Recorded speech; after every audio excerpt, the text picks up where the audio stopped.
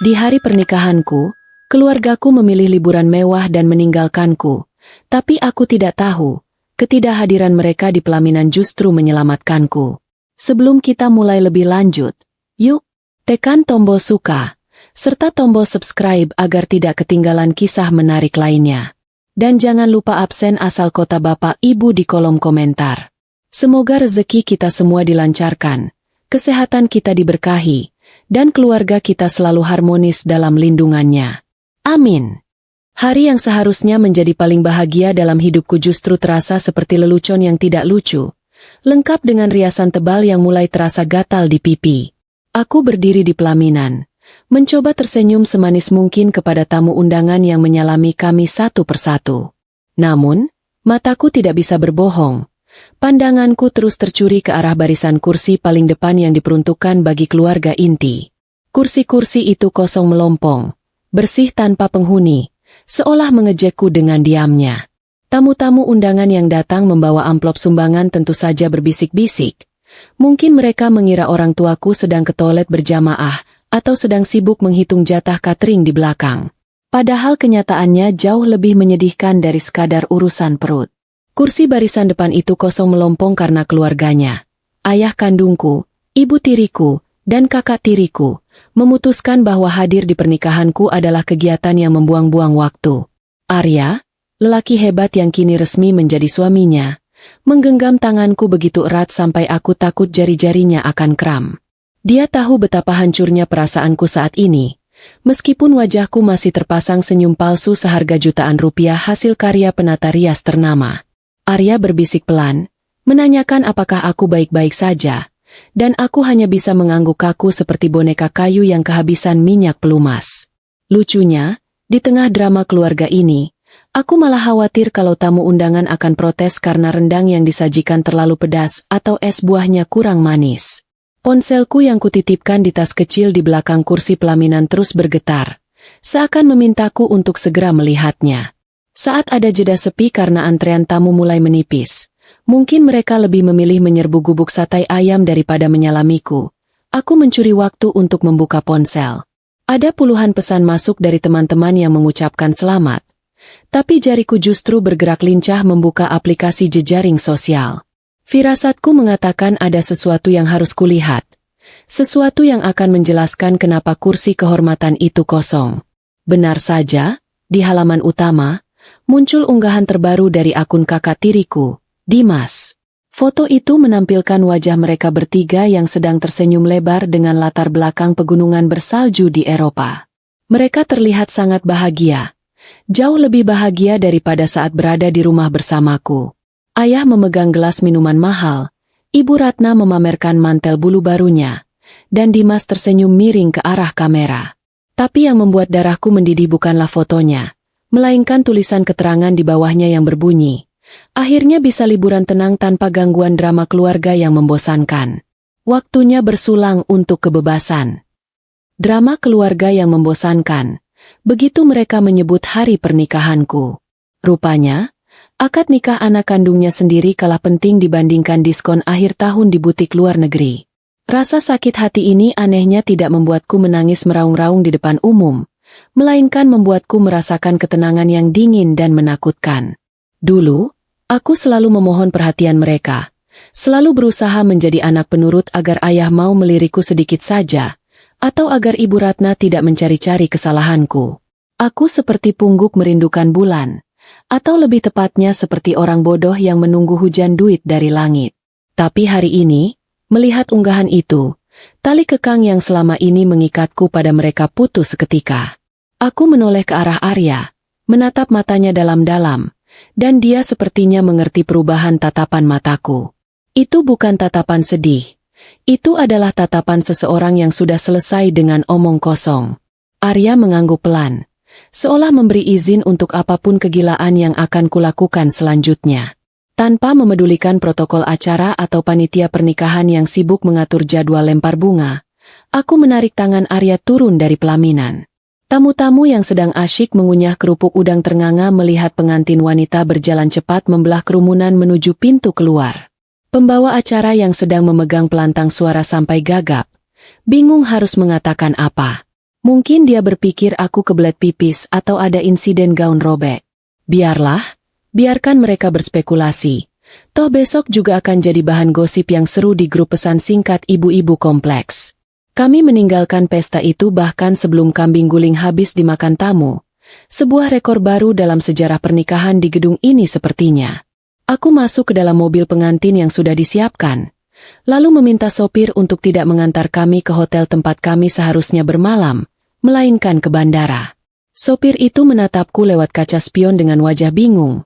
Mungkin dia pikir aku salah sebut alamat atau sedang mabuk udara pesta. Tapi Arya dengan tegas mengulangi perintahku. Bandara. Sekarang juga. Aku tidak ingin menghabiskan satu detik pun lagi di kota yang sama dengan kenangan tentang mereka. Meskipun mereka sedang tidak ada di sini. Taksi daring yang kami tumpangi, karena mobil pengantin ternyata mogok di tengah jalan. Sungguh semesta punya selera humor yang ajaib, melaju membelah kemacetan Jakarta.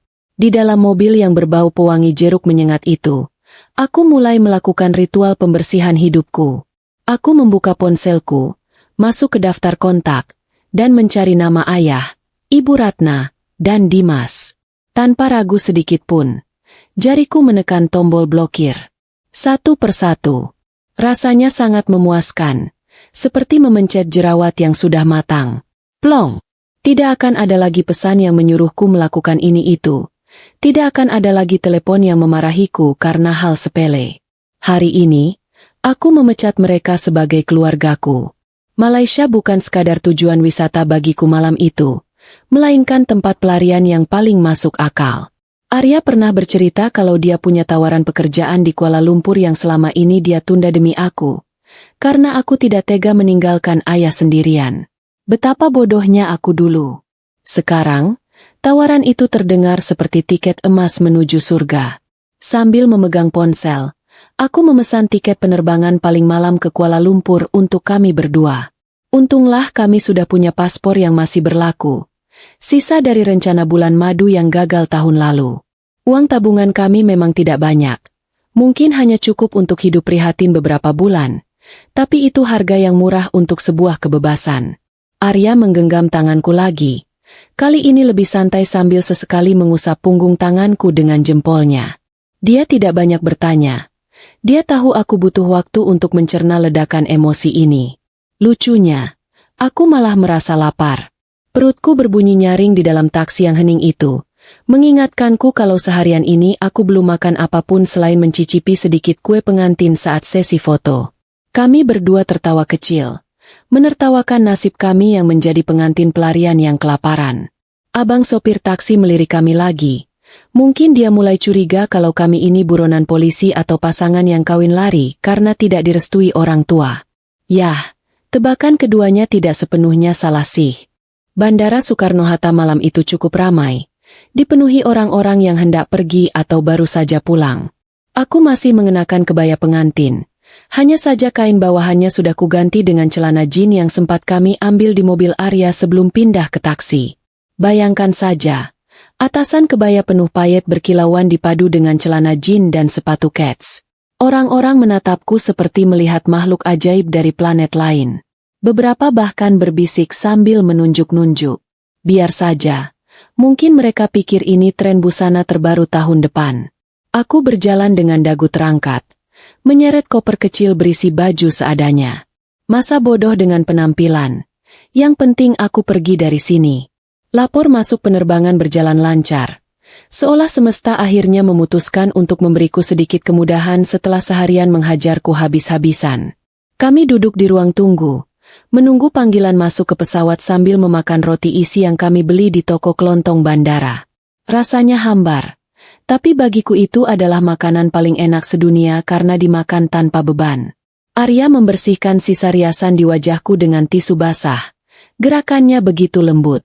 Dia menghapus sisa-sisa elara si anak penurut. Elara si gadis yang selalu mengalah. Malam ini, elara itu akan kubiarkan tertinggal di Jakarta. Televisi di ruang tunggu bandara menayangkan berita sela yang membuat darahku berhenti mengalir sejenak saat aku tidak sengaja menoleh ke sana. Pembawa berita dengan wajah serius melaporkan sebuah kejadian kebakaran hebat di sebuah kawasan perumahan elit. Jantungku berdegup kencang. Firasat buruk kembali menyergap. Kamera menyorot sebuah rumah yang dilalap api besar.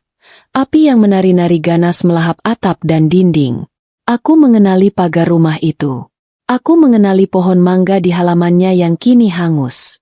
Itu adalah rumah kontrakan yang sudah kusewa dan bayar lunas untuk kami tempati setelah menikah. Rumah tempat seharusnya kami tidur malam ini. Berita itu menyebutkan bahwa kebakaran diduga akibat hubungan pendek arus listrik yang terjadi sekitar 1 jam yang lalu. Petugas pemadam kebakaran masih berusaha memadamkan api, namun bangunan itu sudah hampir rata dengan tanah.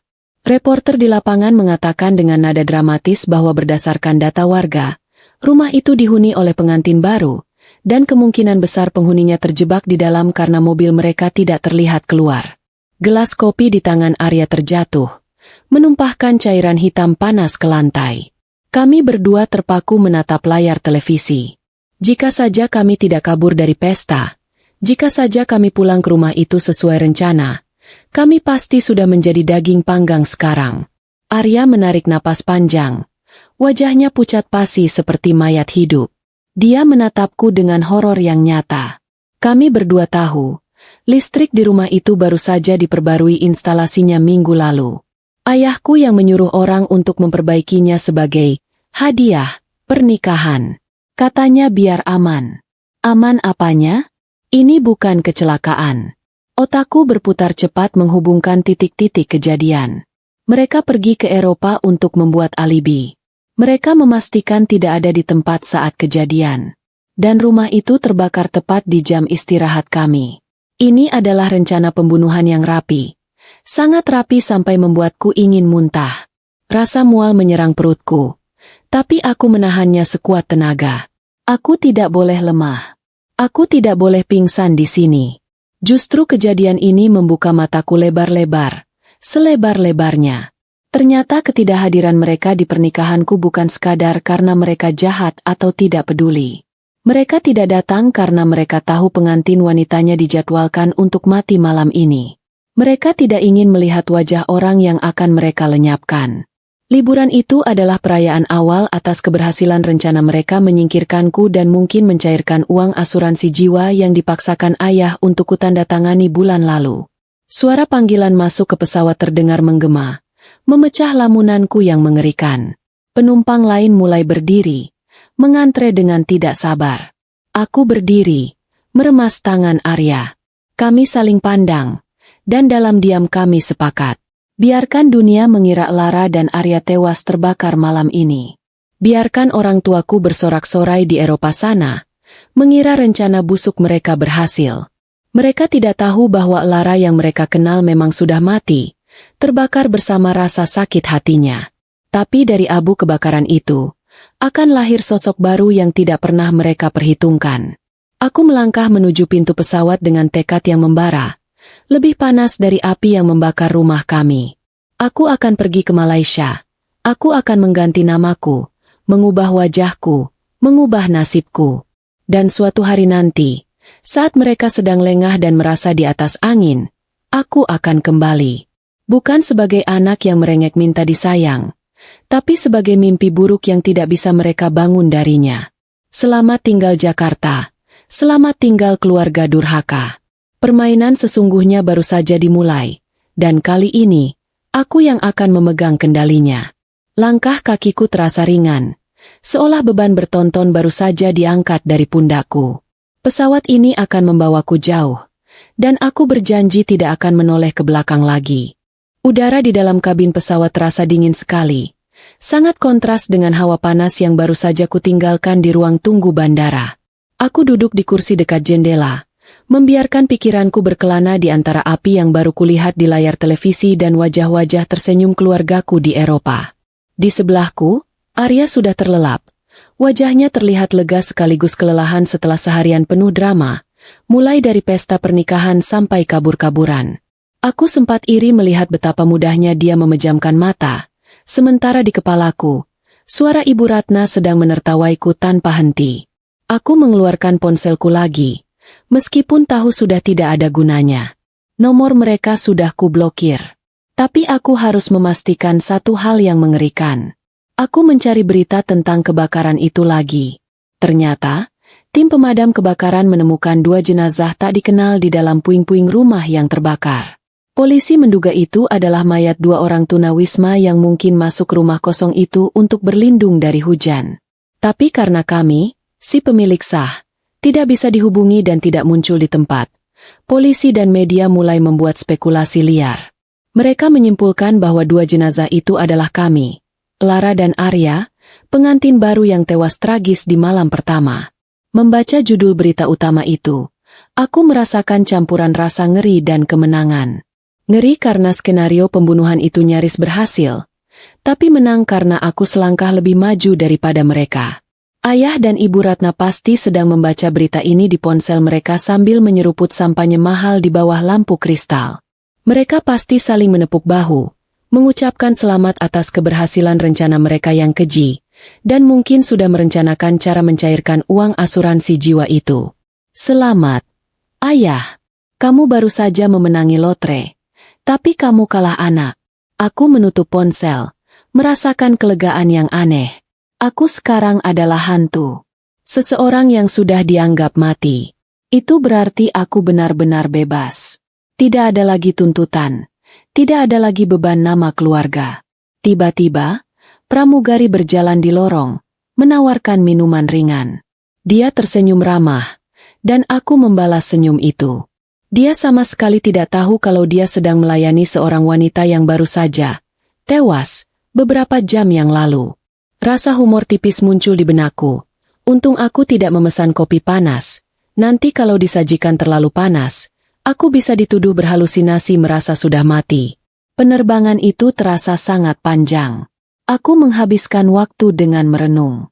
Aku harus membuat daftar hal-hal yang harus segera kulakukan di Kuala Lumpur. Pertama, mengganti nama secara resmi. Aku tidak bisa selamanya membawa nama Lara, nama yang mengingatkanku pada penolakan dan pengkhianatan. Kedua, mencari pekerjaan secepatnya. Dan ketiga, menemukan celah hukum yang bisa kumanfaatkan nanti untuk menyerang balik. Aku tertidur saat pesawat mulai menukik turun, dan terbangun karena Arya menyenggolku pelan. Kami tiba di Kuala Lumpur saat matahari baru saja terbit. Udara pagi di sana terasa segar, bercampur aroma kopi dan debu kota yang khas. Aku menatap Arya, dan dia tersenyum padaku. Senyumnya seperti energi baru yang kusambut dengan sukacita. Kami berdua masih mengenakan pakaian sisa pelarian. Kami pasti terlihat aneh bagi orang-orang yang sibuk dengan urusan kantor pagi mereka. Kami terlihat seperti pasangan yang baru saja melarikan diri dari kapal pesiar yang karam. Dengan sisa uang yang tak seberapa, Arya menyewa kamar kos kecil di pinggiran kota. Kamar itu sempit, jendelanya menghadap ke gang sempit, dan baunya agak apek. Tapi bagiku, kamar ini terasa seperti istana. Ini adalah tempat perlindungan pertamaku yang benar-benar aman, yang tidak dibayar dengan uang keluargaku, yang tidak akan terbakar. Aku menarik napas lega saat menutup pintu kamar kos itu. Akhirnya, aku bisa bernapas tanpa tekanan. Hari-hari awal di Kuala Lumpur sangat berat. Kami harus berhemat luar biasa. Kami hanya makan mie instan dan nasi lemak paling murah. Arya segera mencari pekerjaan, memanfaatkan tawaran lama di sebuah perusahaan teknologi yang memberinya gaji pas-pasan. Sementara itu, aku mengurusi dokumen-dokumen penting. Mengubah nama bukanlah hal yang mudah, apalagi di negara asing, tapi aku bertekad. Aku memilih nama Kirana. Kirana artinya, cahaya yang indah, dan aku berharap nama itu akan membawa cahaya baru dalam hidupku. Proses mengganti identitas memakan waktu dan menguras banyak tenaga, tapi akhirnya berhasil. Aku mendapatkan kartu identitas baru, paspor baru, dan aku merasa seperti benar-benar terlahir kembali. Lara, si pengantin malang yang tewas terbakar, sudah tiada. Kini hanya ada Kirana, konsultan keuangan yang sedang membangun kembali hidupnya dari nol. Aku juga mulai mengubah penampilanku. Aku mewarnai rambutku menjadi lebih gelap, menggunakan kacamata berbingkai tebal, bukan karena mataku minus, tapi sebagai samaran, dan aku mulai belajar berbahasa Melayu dengan logat yang kental agar tidak meninggalkan jejak logat Jakartaku yang manja. Setiap malam, setelah Arya pulang kerja, aku menghabiskan waktu di perpustakaan umum. Aku tidak hanya membaca buku-buku tentang keuangan dan bisnis, tapi juga tentang hukum. Aku harus memahami bagaimana cara kerja asuransi jiwa, bagaimana cara klaimnya, dan bagaimana celah-celah hukum yang bisa digunakan keluargaku untuk mendapatkan uang itu. Aku harus tahu persis cara kerja kejahatan mereka. Rasa ingin tahuku yang paling besar adalah apakah ayah sudah berhasil mencairkan uang asuransi itu. Aku tidak bisa sembarangan mencari berita tentang keluargaku karena aku sudah mati. Jadi, aku meminta bantuan Arya. Aku menyuruhnya mencari tahu tentang perusahaan tekstil ayah. Tidak butuh waktu lama bagi Arya untuk mendapatkan jawabannya. Perusahaan tekstil itu, yang awalnya diambang kehancuran, tiba-tiba mendapatkan suntikan dana segar. Mereka melunasi utang-utang lama, memperluas pabrik, dan mengadakan pesta syukuran besar-besaran. Melihat foto-foto pesta itu di jejaring sosial yang Arya tunjukkan, aku merasakan kemarahan yang dingin. Mereka tertawa, bersulang, dan berpelukan di atas tumpukan uang hasil penjualan nyawaku. Uang asuransi itu ternyata jauh lebih besar dari yang kuperkirakan. Cukup untuk membuat mereka kaya raya. Dimas, kakak tiriku, bahkan membeli mobil sport mewah terbaru. Ia menulis takarir di unggahannya, berkah di balik musibah. Sungguh, dia punya selera humor yang gelap. Aku menatap foto itu lekat-lekat, merekam setiap detail kegembiraan palsu mereka. Wajah-wajah mereka terlihat puas, tanpa sedikit pun penyesalan. Saat itulah aku mengambil keputusan yang tidak bisa ditarik kembali. Aku tidak akan hanya bertahan hidup. Aku akan membalas. Mereka menghancurkan hidupku demi uang, maka aku akan menghancurkan kekayaan mereka demi keadilan. Ini bukan lagi soal sakit hati, ini soal harga diri dan pembalasan. Aku berjanji pada diriku sendiri, Kirana yang baru ini tidak akan lagi menjadi korban yang menyedihkan. Kirana akan menjadi musuh terbesar mereka. Mereka telah mengira aku menjadi abu di rumah kontrakan. Aku akan memastikan, aku akan menjadi api yang membakar seluruh kerajaan kebohongan mereka. 5 tahun. Aku memberi diriku waktu 5 tahun untuk membangun kekuatan, mengumpulkan amunisi, dan kembali ke Jakarta. Aku tahu, hari pembalasan itu akan datang, dan aku akan memastikan, mereka akan menyesali hari itu, hari di mana mereka memutuskan untuk pergi liburan alih-alih datang ke pernikahanku. Aku akan menjadi kejutan yang paling mahal dalam hidup mereka. Malam itu, aku mencium kening Arya yang tertidur pulas. Aku tahu perjalanan kami masih panjang dan penuh risiko, tapi dengan dia di sisiku, aku merasa tak terkalahkan. Kirana sedang bersiap untuk perang. Tahun-tahun berikutnya di Kuala Lumpur terasa seperti menjalani latihan militer yang keras. Hanya saja senjata yang kugunakan adalah otak dan angka-angka. Aku fokus sepenuhnya pada satu tujuan, menjadi sosok yang tidak bisa disentuh oleh tipu daya mereka dan tidak bisa diabaikan oleh siapapun. Aku tahu benar, untuk melawan kerajaan yang dibangun di atas uang darah, aku harus memiliki kekuasaan yang lebih besar, dan di dunia ini, kekuasaan ada di tangan orang yang menguasai informasi dan modal. Jadi, aku mengubah diriku menjadi seorang profesional yang kejam dan cerdas. Arya adalah satu-satunya jangkarku di tengah badai ini. Setelah bekerja keras selama 2 tahun di perusahaan teknologi pertamanya, dia memutuskan untuk mengambil risiko besar. Berkat modal seadanya yang kami kumpulkan dari hasil berhemat ketat, Arya mendirikan firma perundingan investasi kecil-kecilan. Aku menjadi penasihatnya, bekerja tanpa digaji, menyusun strategi dan menganalisis pasar. Kami bekerja siang dan malam di kamar kos yang sempit itu, berdua melawan dunia, ditemani semangkuk mie instan yang sering kami bagi berdua. Ada kalanya Arya merasa khawatir aku terlalu keras pada diriku sendiri, namun dia tahu betul alasan di balik ambisiku ini. Aku harus mengakui, otakku memang lumayan cerdas dalam urusan angka. Semua energi emosional yang dulu kuhabiskan untuk memohon perhatian mereka, kini kualihkan untuk mempelajari seluk-beluk akuntansi, hukum perusahaan, dan investasi. Aku melahap semua buku dan jurnal, belajar secara otodidak, mengubah rasa sakit hati menjadi bahan bakar. Hanya dalam 3 tahun, firma kecil kami berkembang pesat. Klien-klien besar mulai berdatangan, Tertarik dengan analisis Arya yang tajam dan strategi keuangan yang kususun dengan sangat terperinci. Mereka tidak tahu bahwa konsultan hebat di balik layar itu adalah wanita yang pernah mereka anggap mati. Untuk menyempurnakan penyamaran ini, aku sengaja membangun citra diri yang jauh berbeda dari Lara yang polos. Aku tidak lagi mengenakan pakaian santai yang dulu sering kupakai. Pakaianku kini didominasi setelan blazer yang berpotongan rapi, dipadukan dengan kacamata berbingkai tebal yang menutupi separuh wajahku. Aku melatih suaraku agar terdengar lebih berat dan lebih tenang, menghilangkan logat Jakartaku dan menggantinya dengan intonasi yang tegas dan terkesan agak dingin. Kapanpun ada pertemuan bisnis di mana aku harus tampil, aku akan menyematkan kerudung, bukan karena tuntutan agama, tapi karena itu adalah penyamaran yang paling sempurna. Kerudung menutupi rambutku, mengubah bentuk kepalaku, dan memberikan kesan misterius, membuat orang kesulitan mengingat wajahku dengan detail. Setiap bulan, aku selalu mencari berita tentang keluargaku di Jakarta, mengamati perkembangan mereka seperti seorang pemburu yang mengintai mangsanya dari kejauhan. Perusahaan ayah, berkat suntikan dana asuransi itu, kini tumbuh menjadi konglomerasi tekstil raksasa yang tidak hanya berkuasa di pasar domestik, tetapi juga mulai merambah pasar ekspor di Asia. Ayah sering tampil di majalah bisnis, memberikan wawancara tentang bagaimana perusahaannya bangkit dari keterpurukan, berkat kerja keras dan doa.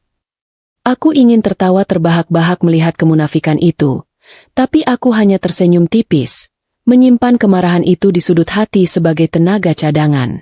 Aku paling gemas melihat tingkah Dimas, kakak tiriku, yang kini menduduki posisi direktur pemasaran. Pekerjaannya sepertinya hanya menghamburkan uang di klub malam dan membeli barang-barang mahal. Jejaring sosialnya penuh dengan foto mobil-mobil mewah yang diparkir di depan klub elit. Suatu kali, dia mengunggah foto saat sedang minum sampanye di kolam renang sambil mengeluh tentang kemacetan Jakarta. Aku bergumam pelan pada Arya. Sepertinya dia lupa. Mobil mewahnya itu kubeli dengan nyawaku. Arya hanya menghela napas. Dia tahu aku sedang mencari momen yang tepat untuk melancarkan serangan. 5 tahun berlalu secepat kilat. Kirana yang berdiri di depan cermin apartemen mewah yang kini kami sewa di pusat kota Kuala Lumpur bukanlah lagi Lara yang naif. Aku kini memiliki reputasi, uang, dan jaringan yang kuat di dunia bisnis. Aku juga berhasil mendapatkan lisensi konsultan keuangan internasional, sebuah pencapaian yang membuatku menjadi salah satu yang termuda di bidang itu. Aku sudah siap. Sudah waktunya Kirana pulang. Momen kepulangan itu datang dengan sendirinya, tanpa perlu kurencanakan secara dramatis. Ayah mengirimkan surat elektronik ke banyak firma investasi di Asia, termasuk firma kami. Dia mengumumkan bahwa perusahaannya, yang kini bernama Raja Wali Tekstil, sedang mencari pemodal besar untuk mendukung rencana IPO, penawaran umum perdana saham, di Bursa Efek Jakarta. IPO adalah momen yang rentan dan kritis bagi sebuah perusahaan, karena semua pembukuan mereka akan diperiksa habis-habisan oleh auditor independen. Ini adalah pintu yang sempurna untukku masuk kembali. Arya, yang kini menjabat sebagai direktur utama firma kami, menyerahkan berkas tawaran itu kepadaku sambil tersenyum penuh arti. Waktunya tiba. Kirana, kamu mau mengambil proyek ini sendiri? Tanyanya. Aku mengambil berkas itu, mencium aroma kertas mahal yang baru dicetak, dan merasakan detak jantungku yang berpacu kencang. Ini bukan lagi soal pekerjaan. Ini adalah misi pribadi. Tentu saja, jawabku.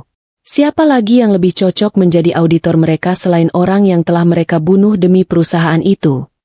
Aku merencanakan kepulangan ini dengan sangat matang, seperti merencanakan invasi militer. Aku tidak akan terbang ke Jakarta sebagai auditor biasa. Aku akan terbang sebagai Kirana, perwakilan tunggal dari firma investasi asing yang ditakuti, seseorang yang memegang kunci untuk pendanaan IPO. Ayah pasti akan senang melihat prospek dana segar dari luar negeri, dan dia tidak akan pernah curiga kalau auditor yang datang adalah hantu dari masa lalunya. Kami bahkan memesan tiket pesawat kelas utama. Dimas pasti akan iri melihatku. Tepat sebelum keberangkatanku, aku melakukan satu hal terakhir. Aku membuat penyamaran baruku sedikit lebih kejam. Aku menghubungi seorang kenalan lama di Jakarta yang berprofesi sebagai penyelidik swasta. Aku memintanya untuk melakukan penyelidikan ulang terhadap kebakaran 5 tahun lalu. Tujuannya bukan untuk mencari tahu siapa yang melakukannya. Aku sudah tahu jawabannya, melainkan untuk mencari tahu apakah ada data yang luput dari perhatian polisi dulu. Aku butuh bukti yang tidak terbantahkan, sesuatu yang bahkan aku sendiri tidak duga. Pesan terakhir dari penyelidik itu masuk ke ponselku saat aku sedang check-in di bandara. Isinya pendek, tapi membuatku tertegun. Kami menemukan salinan cadangan rekaman kamera pengawas rumah lama. Polisi mengira rusak terbakar, tapi ternyata data tersembunyi di penyimpanan awan. Aku membaca pesan itu berulang kali. Rasanya seperti memegang kunci gembok neraka. Sebuah rekaman yang pasti akan menunjukkan siapa saja yang ada di rumah itu, dan apa yang mereka lakukan, di jam-jam genting sebelum api melahap semuanya. Aku tersenyum dingin. Ayah dan Ibu Ratna tidak hanya akan menghadapi tuduhan penipuan asuransi, mereka akan menghadapi tuduhan pembunuhan berencana. Aku memeluk Arya erat, mengucapkan selamat tinggal sebentar. Perpisahan ini terasa seperti perpisahan seorang prajurit yang hendak menuju medan perang. Dia memberiku sebuah liontin kecil berbentuk kunci, dan berbisik, "Ingatlah, kamu bukan lagi Lara yang terkunci. Kamu adalah Kirana, yang memegang semua kunci." Aku mengangguk, lalu berjalan tegak menembus gerbang keberangkatan. Pesawat yang kuberi tumpangan mendarat mulus di Jakarta, membawa pulang hantu yang seharusnya sudah menjadi abu 5 tahun lalu. Aku melangkah keluar dari kabin kelas utama dengan penampilan yang didesain sempurna untuk mengintimidasi. Setelan abu-abu yang pas di badan, kacamata bingkai tebal, dan tas tangan bermerek yang harganya bisa membeli motor baru. Aku bukan lagi Lara yang lugu, melainkan Kirana, seorang perunding asing dari Kuala Lumpur yang sangat berkuasa. Aku tahu benar, di Jakarta, penampilan adalah segalanya, dan aku harus terlihat seperti seseorang yang tidak mungkin mereka abaikan. Udara Jakarta yang panas dan lembab langsung menyambutku, tapi aku tidak peduli. Aku merasakan sensasi aneh yang menyenangkan, perpaduan antara nostalgia masa lalu dan euforia balas dendam. Mobil mewah dari firma ayah sudah menungguku, lengkap dengan sopir berseragam yang membukakan pintu untukku dengan penuh hormat.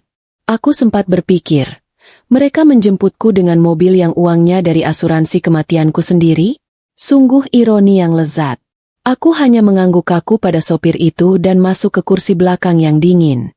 Pertemuan pertama di kantor pusat Raja Wali Tekstil berlangsung keesokan harinya. Perusahaan itu tampak megah. Sebuah gedung pencakar langit yang dulunya hanya ada di mimpi ayah. Semua kemewahan ini, semua kesuksesan ini, adalah hasil dari rencana jahat yang nyaris merenggut nyawaku. Ruang rapat di lantai atas didominasi meja panjang dan kursi-kursi mahal. Di sana, duduklah mereka bertiga, triumvirat serakah yang ingin membunuhku. Ayah, Pak Haris, tampak sedikit lebih tua dengan rambut yang sudah memutih di beberapa bagian, tapi matanya masih memancarkan keserakahan yang sama. Ibu Ratna duduk di sebelahnya, mengenakan perhiasan berlian yang berlebihan, wajahnya terlihat tegang, mungkin hasil dari perawatan kecantikan mahal untuk menutupi jejak-jejak stres akibat kejahatan mereka. Dan yang terakhir, Dimas, kakak tiriku, duduk santai sambil memainkan pulpen emas. Dia terlihat bosan, seolah pertemuan penting ini hanyalah gangguan dari jadwal bersenang-senangnya. Aku masuk ruangan didampingi seorang asistenku yang kubawa dari Malaysia. Mereka bertiga berdiri menyambutku. Aku menjaga wajahku tetap datar, tanpa ekspresi, seperti sedang menghitung neraca keuangan yang rumit. Ayah mengulurkan tangan sambil tersenyum lebar. Senyum palsu yang sama seperti saat ia berpura-pura bangga padaku dulu. "Selamat datang, Cik Kirana." Sapanya dengan logat bahasa Indonesia yang dipaksakan formal. "Kami sangat senang firma Anda tertarik dengan Raja Wali Tekstil. Kami sudah dengar reputasi Anda sebagai auditor paling teliti di Asia." Aku menjabat tangannya. Tanganku terasa dingin dan kaku, tapi genggamanku kuat. Aku menatap matanya lurus-lurus. Ayah sempat mengernyitkan dahi sebentar, seolah ada ingatan samar yang melintas di benaknya, tapi segera ditepisnya. Tentu saja, baginya Lara sudah mati, dan wanita di depannya ini terlalu berkelas untuk menjadi anak yang ia abaikan. "Terima kasih, Tuan Haris." Jawabku dengan suara yang tenang dan berwibawa. Aku sengaja menggunakan istilah formal. Saya Kirana, kepala tim auditor yang ditunjuk. Tugas saya sederhana, memastikan setiap angka di buku perusahaan ini bersih dan tidak ada keraguan, terutama mengingat besarnya modal yang akan kami suntikan. Ibu Ratna menyela dengan senyum yang dipaksakan ramah. Oh, tentu saja, perusahaan kami sangat transparan, Cik Kirana. Kami membangun ini dengan kerja keras, terutama setelah musibah yang menimpa keluarga kami dulu. Kami bahkan mendirikan yayasan atas nama mendiang putri kami. Aku hampir tertawa mendengarkan kebohongan yang meluncur begitu mulus dari bibirnya. Mendirikan yayasan atas nama korban yang kau bunuh. Sungguh taktik pemasaran yang brilian. Aku menatap Ibu Ratna, sedikit lebih lama dari yang seharusnya, dan aku melihat kepastian di matanya mulai goyah. Tentu, musibah, ujarku singkat, nadaku sangat dingin, tanpa emosi. Kalau begitu, proses audit ini akan berjalan lancar. Tapi perlu saya sampaikan metode kerja saya sangat ketat. Saya butuh akses penuh ke semua data keuangan, termasuk arus kas 5 tahun terakhir. Terutama, data yang menjelaskan dari mana modal awal kebangkitan perusahaan ini berasal. Wajah Dimas yang tadinya terlihat santai langsung berubah tegang. Dia sempat melirik ayah dengan cemas. Dimas mungkin lupa, tapi aku ingat betul dari mana uang itu berasal. Ayah berusaha menutupinya dengan tawa renyah yang dibuat-buat. Itu semua berasal dari klaim asuransi jiwa putri kami, Cik. Semua legal. Ada di laporan kami. Jelas ayah, berusaha meyakinkanku. Bagus, balasku, mengeluarkan tablet dari tas tanganku. Kalau begitu, kita mulai dari berkas yang paling sensitif.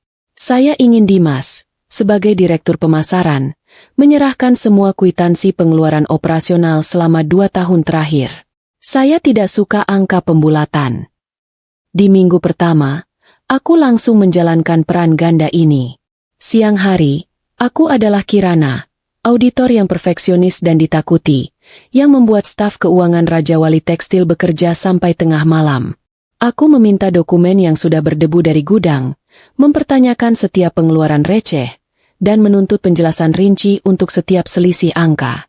Malam harinya, aku kembali menjadi Lara, yang menganalisis semua data itu di apartemen sewaanku di kawasan Kuningan. Aku tahu persis di mana mereka menyembunyikan kebohongan, karena ayah dulu pernah mengajariku cara curang dalam pembukuan perusahaan lamanya. Target utamaku adalah Dimas. Aku tahu dia adalah titik terlemah mereka.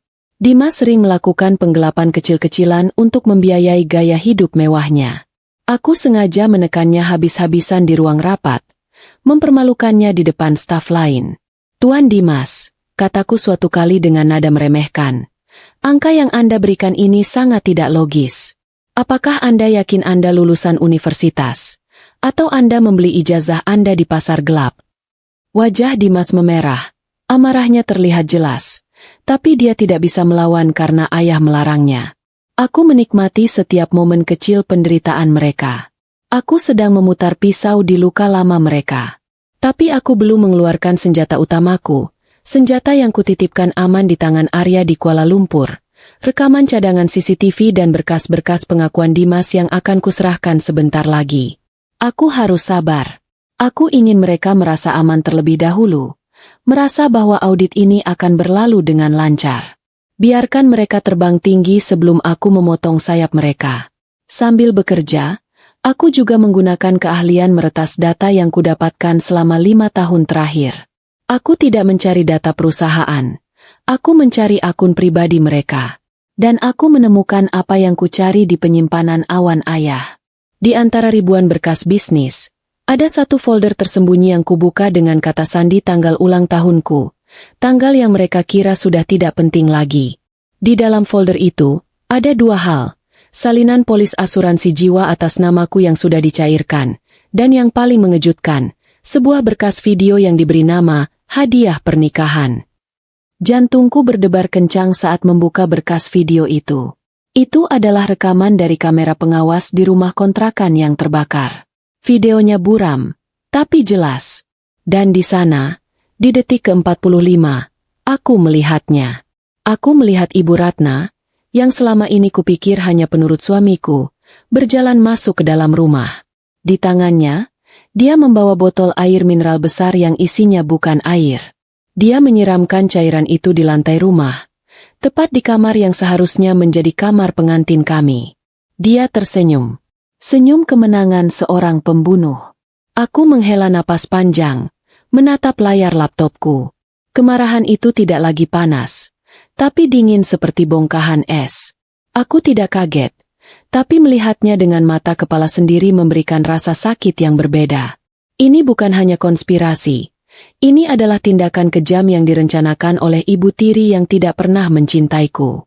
Tapi aku tahu, video ini, rekaman ini, adalah akhir dari permainan mereka. Sekarang, aku siap untuk menyajikan hidangan penutup yang pahit untuk keluargaku. Meskipun tanganku gemetar hebat saat melihat rekaman video Ibu Ratna, keesokan harinya aku tetap datang ke kantor Raja Wali Tekstil dengan wajah Kirana yang tak tersentuh. Aku tidak bisa membiarkan mereka melihat keretakan sedikit pun dalam topengku. Aku harus melanjutkan permainan psikologis ini, memberikan mereka kejutan-kejutan kecil yang mengingatkan bahwa hantu dari masa lalu sedang mengawasi mereka. Aku ingin mereka merasa tertekan, tercekik oleh ketakutan yang tidak bisa mereka ceritakan kepada siapapun. Saat jeda makan siang yang mewah, yang tentu saja dibayarkan menggunakan dana operasional perusahaan mereka, aku memesan kurir dari toko barang antik kecil di Jakarta Pusat. Aku tidak memesan barang antik, melainkan sebuah replika gembok tua yang sedikit berkarat. Gembok itu sengaja kucat dengan warna hitam pekat dan kumasukkan ke dalam kotak beludru merah yang elegan, seolah itu adalah perhiasan mahal. Gembok itu mirip sekali dengan gembok yang dulu ayah gunakan untuk mengunci gudang penyimpanan di rumah lama kami.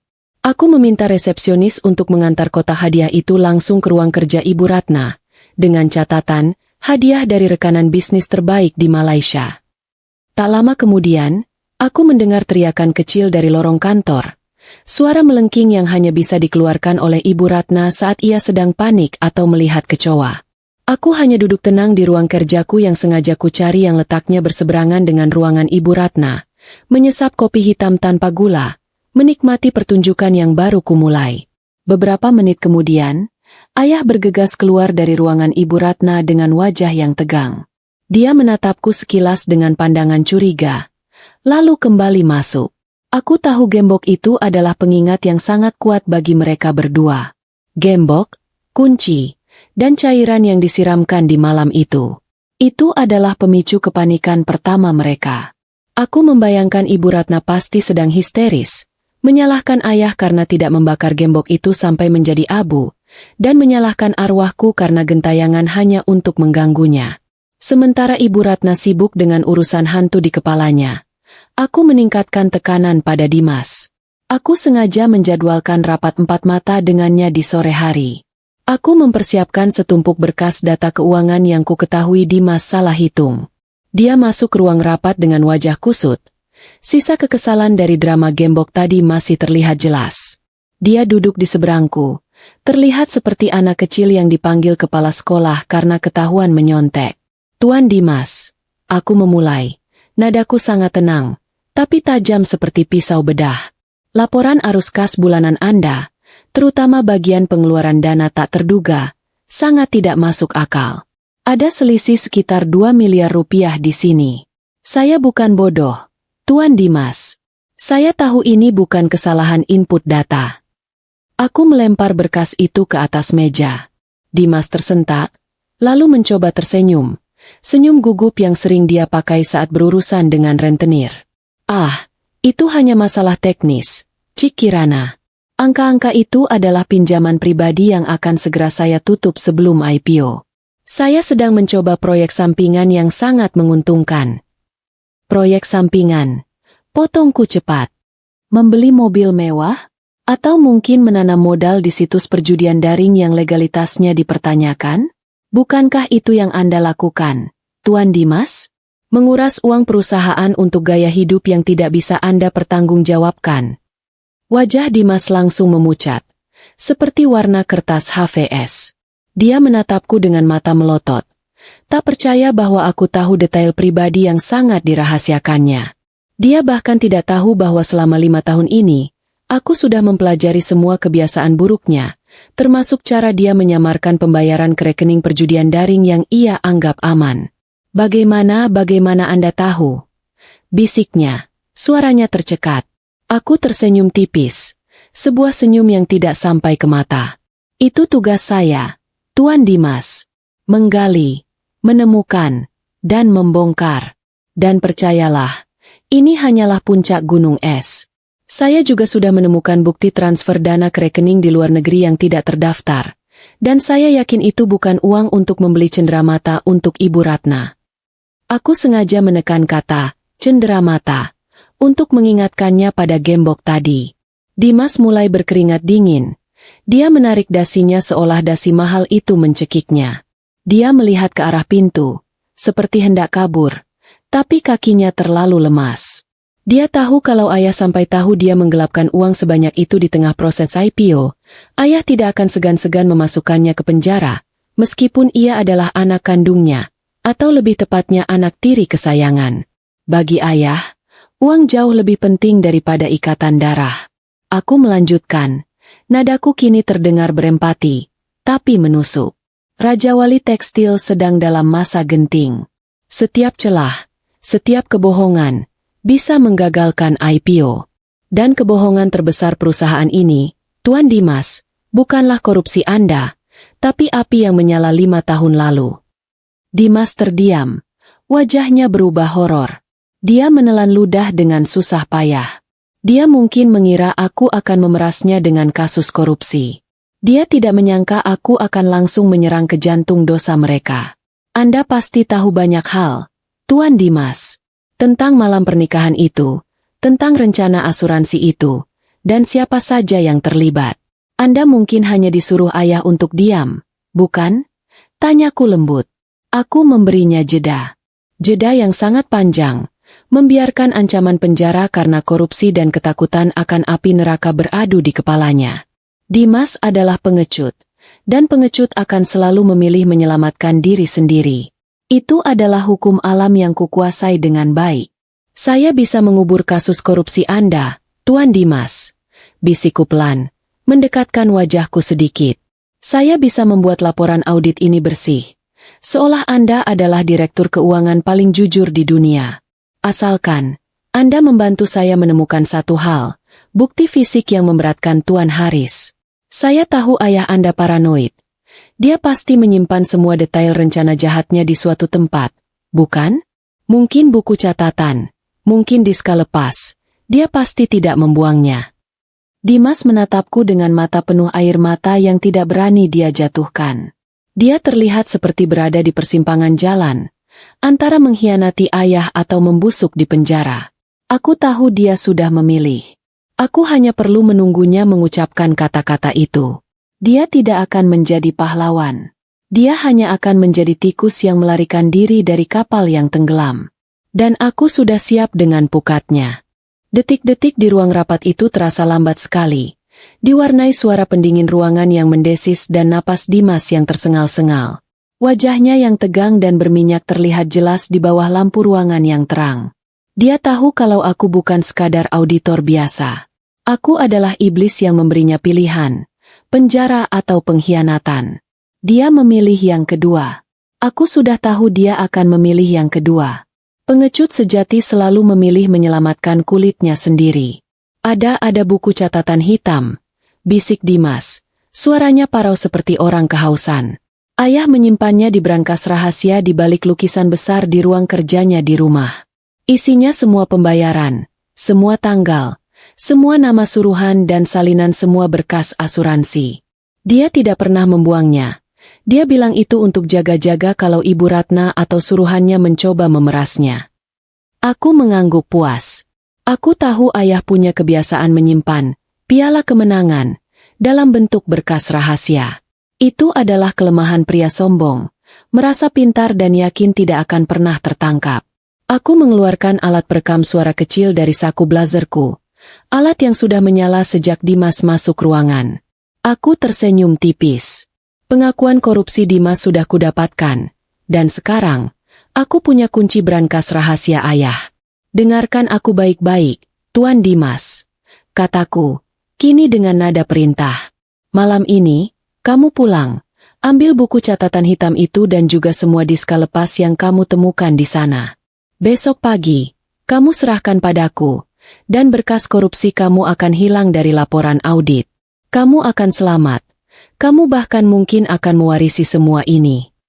Dimas menatapku dengan mata penuh harapan dan ketakutan sekaligus. Dia mengangguk cepat, seolah takut kalau aku akan berubah pikiran.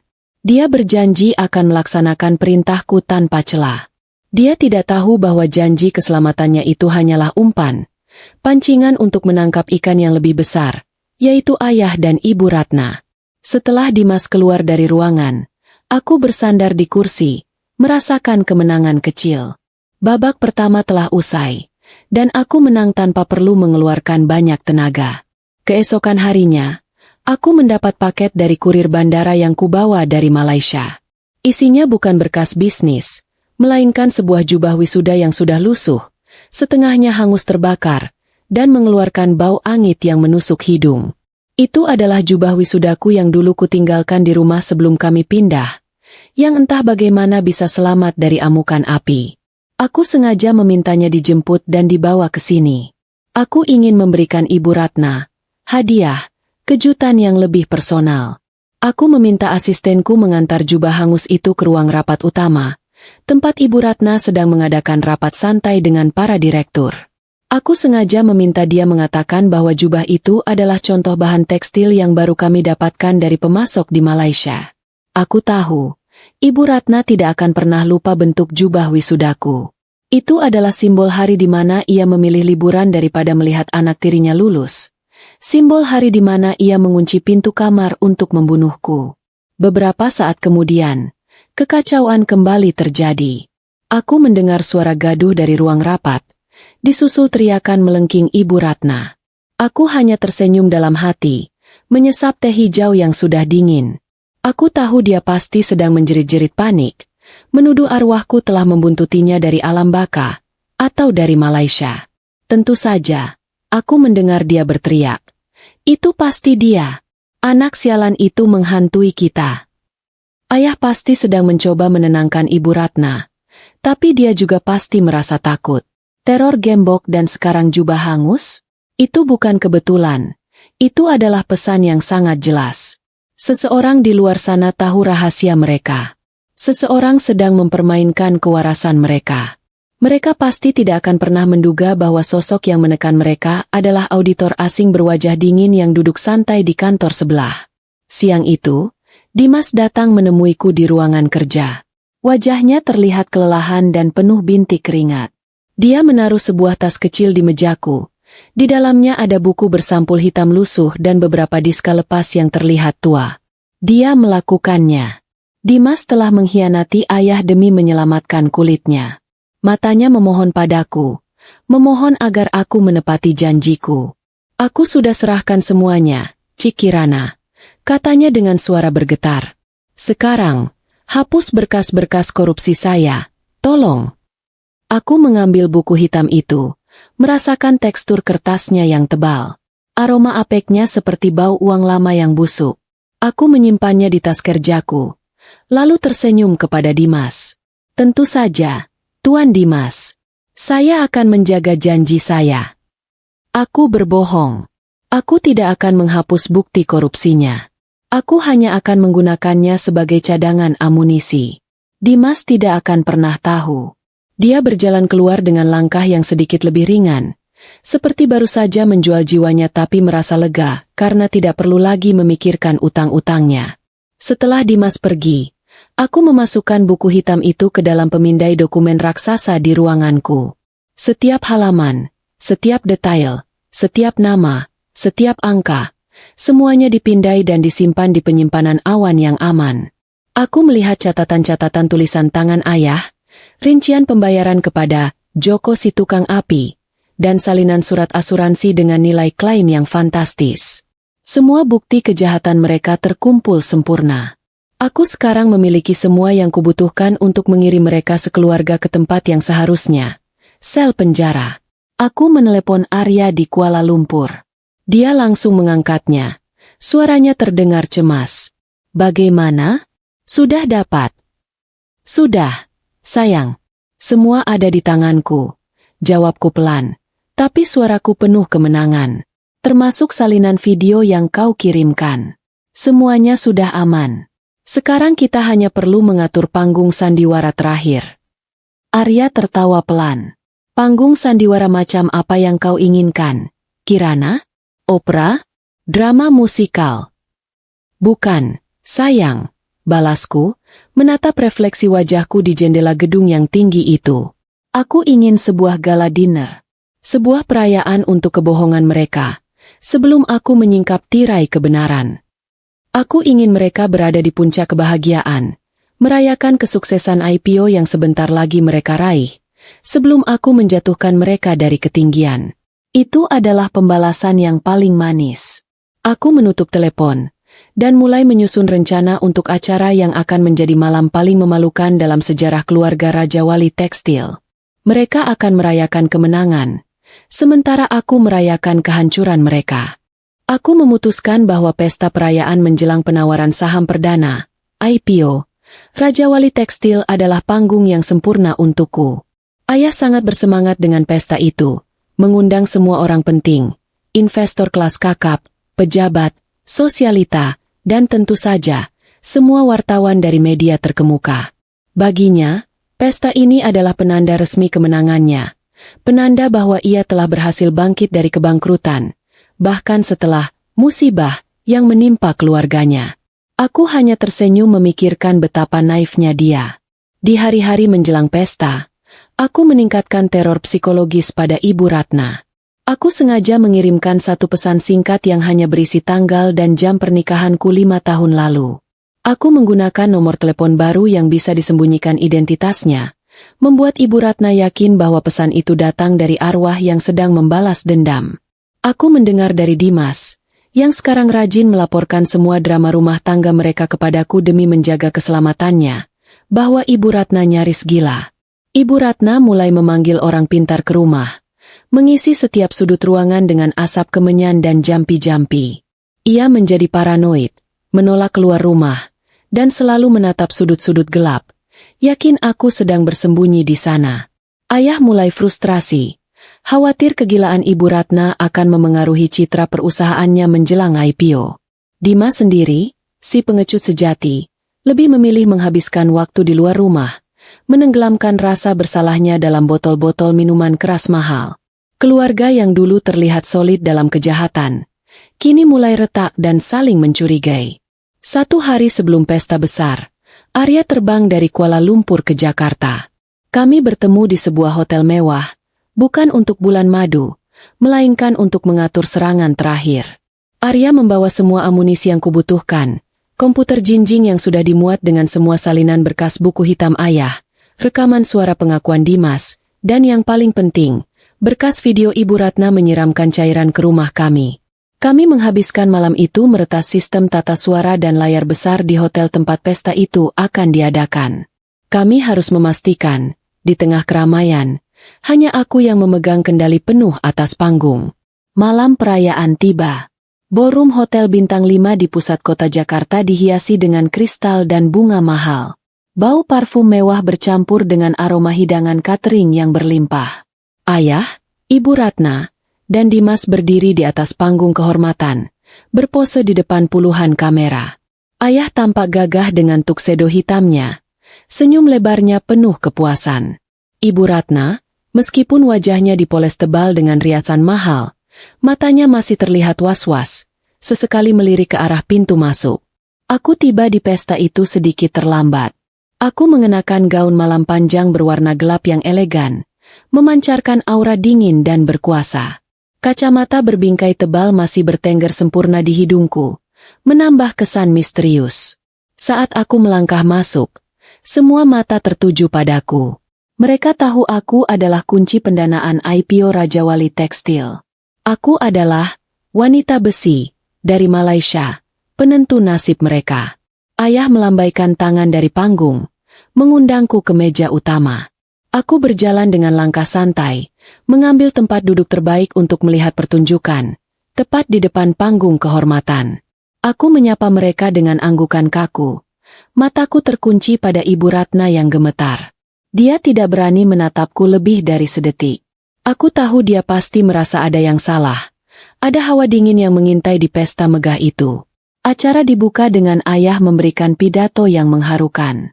Ia menceritakan perjuangan perusahaan, bagaimana mereka bangkit dari keterpurukan, dan tentu saja, ia tidak lupa menyebut namaku.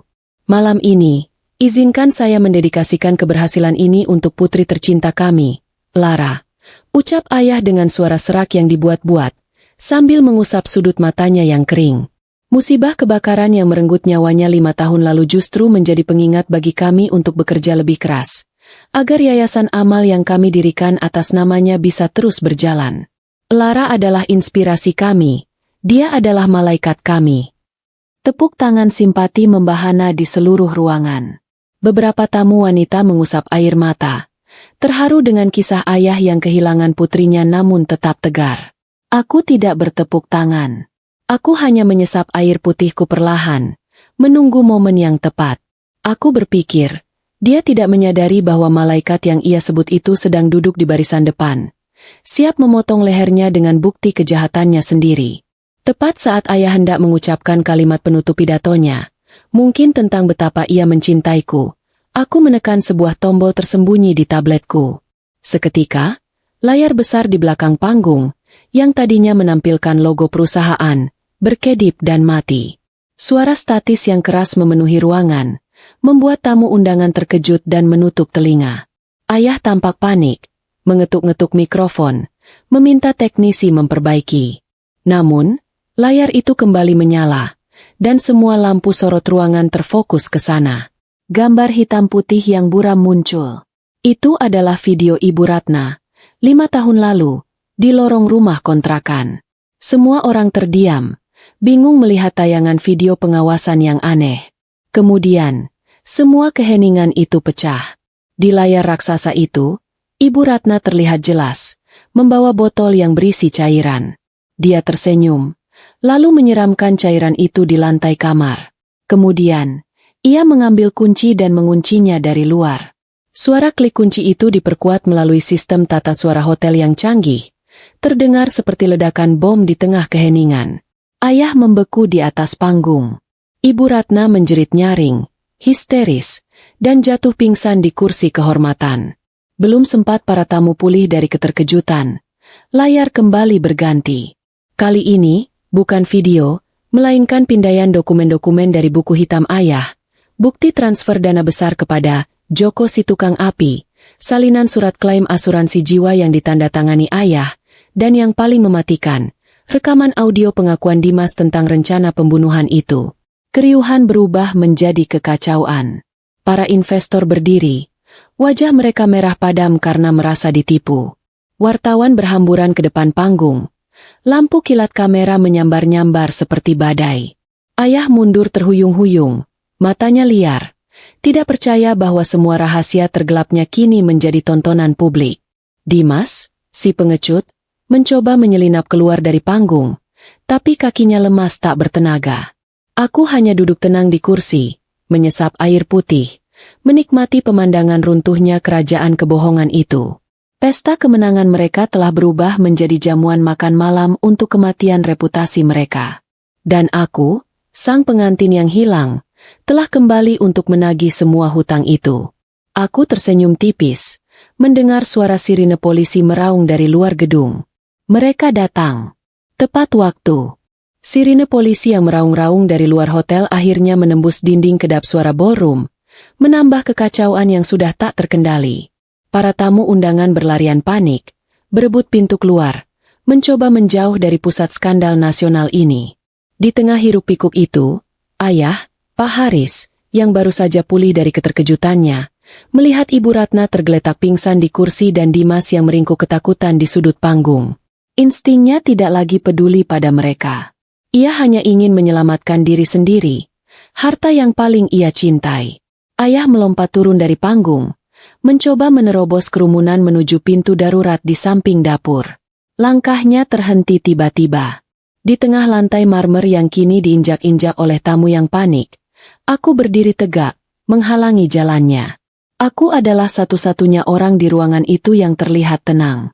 Wajahku datar, mataku menatap ayah dengan dingin, tanpa sedikit pun keraguan. "Minggir! Minggir kau!" teriak ayah. Suaranya parau dan penuh amarah. Dasi mahalnya sudah miring, rambutnya acak-acakan. Wibawa seorang pemimpin perusahaan sudah lenyap, berganti kepanikan seorang kriminal yang tertangkap basah. Dia mencoba mendorongku, tapi aku tidak bergeming. Aku terlalu kokoh untuk didorong. Aku memberikan kode mata pada Arya, yang kini menyamar sebagai petugas keamanan di dekat pintu darurat, agar tetap siaga. Aku ingin menyelesaikan ini sendiri, secara langsung, di hadapan ayah. Tatapannya liar, penuh kebencian dan kebingungan. Dia tidak tahu siapa aku, tapi dia tahu aku adalah dalang di balik kehancurannya malam ini. "Siapa kau sebenarnya?" desis ayah, tubuhnya gemetar. "Kenapa kau menghancurkan hidupku? Aku tidak punya urusan dengan auditor luar negeri. Aku membayarmu mahal. Apa mau kalian?" Aku tertawa pelan. Tawa yang sangat kering, tanpa humor, dan menusuk ke tulang. Pertanyaan ayah terdengar sangat menggelikan. Dia masih berpikir bahwa segala sesuatu di dunia ini bisa dibeli atau diselesaikan dengan uang. Bapak bertanya, "Siapa saya?" Tanyaku lembut. Suaraku terdengar jelas di tengah kegaduhan yang mulai mereda karena perhatian tamu kini tertuju pada kami berdua. Aku mengangkat tanganku perlahan ke wajahku. Dengan gerakan yang sengaja ku lebih-lebihkan, aku melepas kacamata berbingkai tebal yang selama ini kugunakan sebagai tameng. Cahaya lampu hotel yang mewah memantul di mataku, membuat pandanganku terlihat lebih tajam. Kemudian, aku mengambil sapu tangan dari saku dan menghapus riasan tebal di sudut rahang kiriku. Di sana, di kulitku, perlahan terlihat jelas sebuah tanda lahir kecil berwarna coklat kemerahan, berbentuk seperti bulan sabit. Tanda lahir yang selalu ayah ejek sebagai tanda pembawa sial saat aku masih kecil. Tanda lahir yang sudah 5 tahun ku sembunyikan di balik riasan dan kacamata. Mata ayah membelalak. Napasnya tercekat di tenggorokan. Lututnya langsung lemas. Dia tidak bisa lagi menyangkalnya. Dia mengenali tanda lahir itu. Dia mengenali bentuk mataku.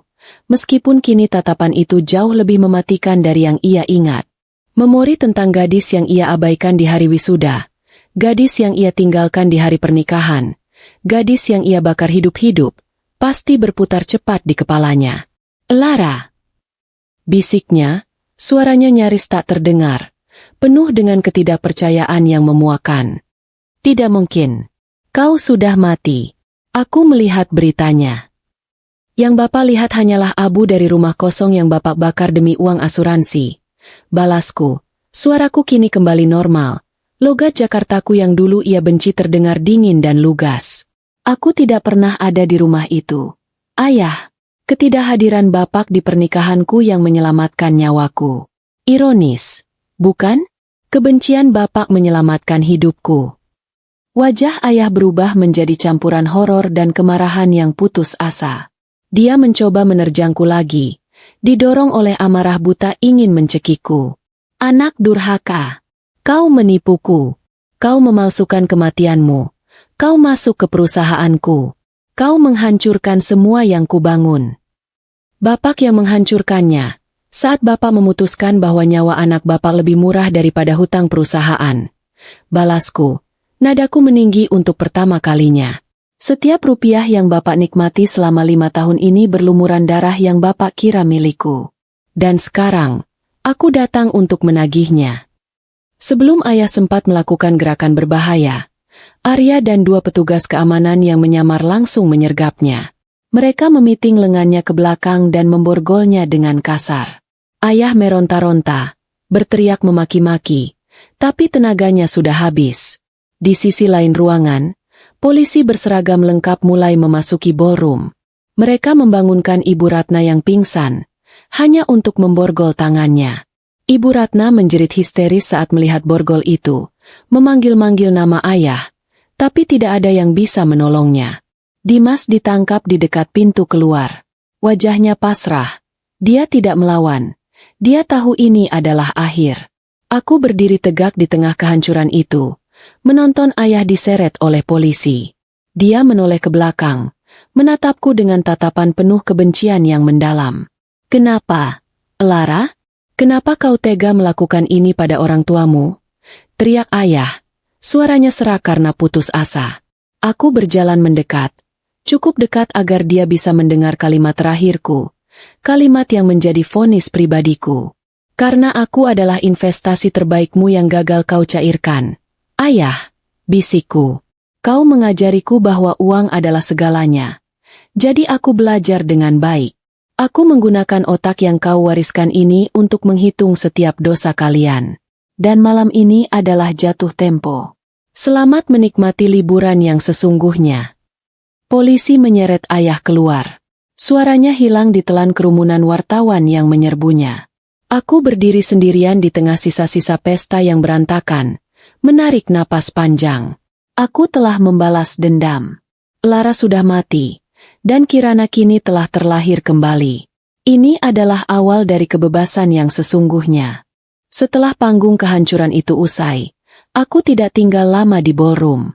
Urusan penangkapan dan segala kekacauan itu kuserahkan sepenuhnya pada pihak kepolisian dan Arya, yang segera kembali ke Malaysia untuk mengurus firma kami.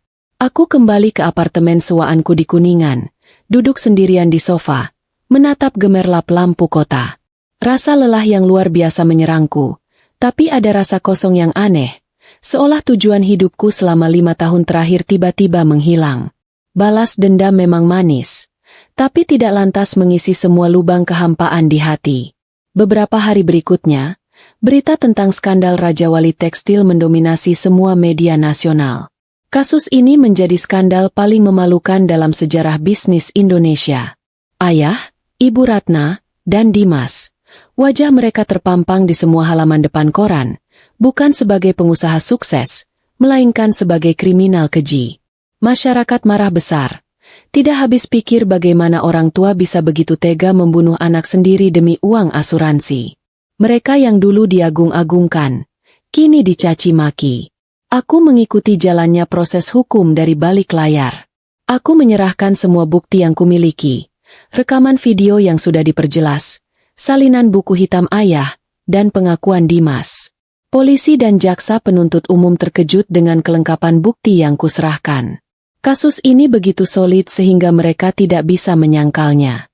Mereka sudah kehilangan segalanya. Seluruh harta benda ayah, rumah mewah, mobil, perhiasan, saham perusahaan, dibekukan dan disita oleh negara untuk membayar ganti rugi kepada para investor dan denda pidana. Kehidupan di penjara bagi mereka bertiga adalah neraka yang sempurna, sesuai dengan apa yang mereka tanam. Aku mendapat laporan rutin dari kenalan di kepolisian tentang kondisi mereka. Ayah, Pak Haris, yang dulunya seorang raja bisnis, kini ditempatkan di sel isolasi karena risiko bunuh diri. Tanpa uang, tanpa kekuasaan, dan tanpa orang yang bisa ia perintah, ayah kehilangan akal sehatnya perlahan-lahan. Dia sering terlihat bergumam sendiri, tangannya bergerak-gerak di udara seolah sedang menghitung saham yang tidak ada, terjebak dalam delusi masa jayanya yang tidak akan pernah kembali. Raja bisnis itu kini hanya seorang narapidana renta yang gila. Ibu Ratna mengalami nasib yang lebih tragis. Wanita yang seumur hidupnya selalu tidur di atas kasur empuk dengan spray sutra, kini harus tidur berhimpitan di lantai semen yang dingin dan kotor. Ia menjadi bulan-bulanan tahanan lain karena sikapnya yang sombong di awal. Kewarasannya semakin tergerus oleh ketakutan. Setelah teror yang kuberikan, ia benar-benar yakin aku menghantuinya. Dia sering terbangun tengah malam, menjerit histeris, memanggil-manggil namaku, memohon ampun, dan berteriak bahwa ia tidak mau dikunci dan dibakar. Karma telah mengambil kebebasannya dan juga kewarasannya. Dimas, si pengecut yang paling lemah, adalah yang paling menderita secara fisik. Dia ditempatkan di sel yang penuh sesak bersama pelaku kriminal jalanan. Tubuhnya yang tidak pernah terbiasa dengan kerja keras dan kekerasan menjadi sasaran empuk. Dia yang biasa hidup mewah, kini harus berebut jatah makanan yang rasanya hambar. Harga dirinya sebagai anak orang kaya diinjak-injak sampai rata dengan tanah. Aku tahu, penyesalan terbesarnya bukanlah karena dia jahat, melainkan karena dia ketahuan, dan dia telah mempercayai orang yang salah, aku. Momen paling mendebarkan dalam seluruh proses ini adalah saat persidangan vonis. Aku dihadirkan sebagai saksi kunci, Lara yang bangkit dari kematian. Aku berdiri di kursi saksi dengan pakaian yang rapi, tenang, dan bersinar. Aku menceritakan semua detail rencana jahat mereka, mulai dari asuransi jiwa hingga kebakaran. Aku berbicara dengan suara yang jelas dan tegas, tidak terlihat seperti korban yang menyedihkan, melainkan seperti pemenang. Saat aku menatap mata mereka satu persatu, ayah tampak terpukul. Dia melihat produk didikan terbaiknya, kecerdasan, ketenangan, dan kekejaman dalam membalas dendam, justru ada pada anak yang ia buang. Hakim akhirnya menjatuhkan vonis. Palu diketuk dengan suara yang menggelegar, menjadi lonceng kematian bagi masa depan mereka.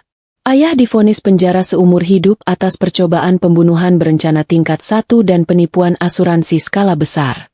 Ibu Ratna mendapatkan hukuman 20 tahun penjara sebagai eksekutor lapangan. Dan Dimas, meskipun berkhianat, divonis 15 tahun penjara atas tuduhan persekongkolan jahat dan penggelapan dana korporasi. Aku meninggalkan gedung pengadilan dengan langkah ringan. Di luar, kerumunan wartawan langsung menyerbuku, mencoba mendapatkan komentar. Aku hanya memberikan satu pernyataan singkat, keadilan telah ditegakkan. Setelah itu, aku menghilang dari keramaian, kembali ke mobil yang sudah menungguku. Aku telah mendapatkan balas dendamku. Dan itu sempurna. Mereka dikurung, sama seperti mereka mengurungku di rumah yang akan dibakar. Bedanya, pintu sel mereka tidak akan pernah terbuka lagi. 6 bulan berlalu setelah vonis dijatuhkan, dan Jakarta terasa jauh lebih ringan. Langit di atas ibu kota tampak cerah, tidak lagi mendung seperti hari pernikahanku yang penuh drama 5 tahun lalu. Aku berdiri di balkon apartemen baru yang kusewa, memandangi kemacetan kota dari ketinggian. Tidak ada lagi detak jantung yang memburu karena adrenalin balas dendam. Tidak ada lagi malam-malam panjang yang kuhabiskan untuk meretas data atau menyusun strategi penghancuran. Semuanya sudah selesai. Saat ini, aku bukan lagi Lara yang mati, dan bukan lagi Kirana si auditor yang kejam. Aku adalah seseorang yang akhirnya benar-benar bebas. Salah satu urusan terakhir yang harus kuselesaikan adalah masalah uang. Sesuai putusan pengadilan, sebagian besar aset pribadi ayah yang terbukti berasal dari klaim asuransi jiwaku dikembalikan kepadaku sebagai bentuk ganti rugi. Nilainya sangat fantastis, cukup untuk membuatku hidup mewah seumur hidup tanpa perlu bekerja lagi. Uang itu adalah darah yang beku. Itu adalah uang yang dulu membuat ayah rela menjadi pembunuh, membuat Ibu Ratna menjadi eksekutor, dan membuat Dimas menjadi pengkhianat. Aku tidak bisa menyentuhnya untuk kepentingan pribadi. Menggunakan uang itu sama saja dengan memvalidasi kejahatan mereka. Aku tidak ingin hidup dari hasil penjualan nyawaku sendiri. Aku berkonsultasi dengan Arya, dan kami berdua sepakat dengan rencana yang sudah kupersiapkan matang-matang.